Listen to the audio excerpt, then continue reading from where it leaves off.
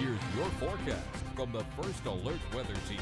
Bright views on your Bob King GMC First Alert Skycam network from the Corner Cafe. We can check out Poplar Street and the Courthouse Complex in Elizabethtown.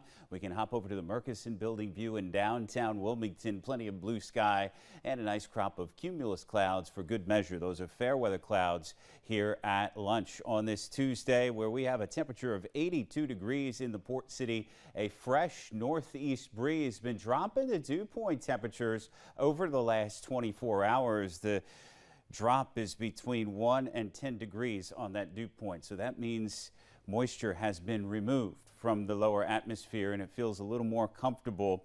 Dew points as low as 57 on our local map in Fayetteville. Good for you. And mostly 60s. Usually the dew points here in July are in the 70s. The only spot on the local map where I see that is actually south of the border at Myrtle Beach, having a dew point of 71. So it's a little more comfortable. And as we explored in first forecast, temperatures themselves are not extreme.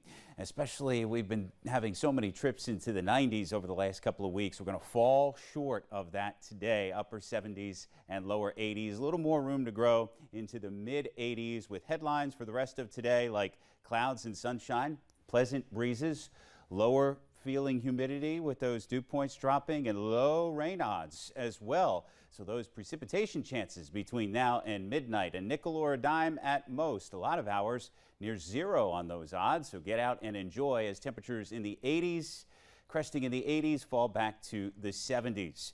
If you're enjoying some time at the beach, a lot of yellow flags flying for east-facing beaches with a moderate risk of rip currents.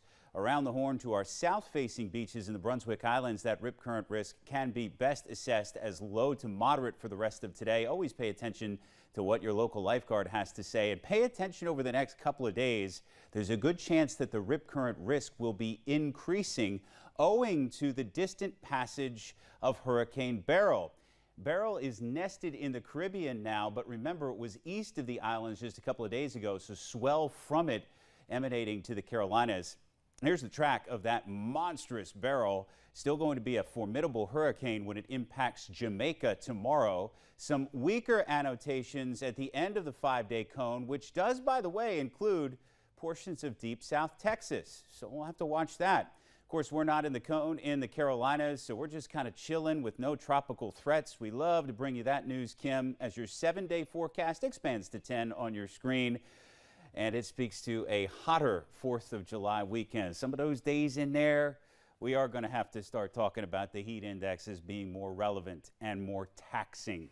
But I say let's cross that bridge when we come to it. It's a beautiful day today. Yeah, for sure. It is beautiful for everybody coming to town for a nice holiday weekend.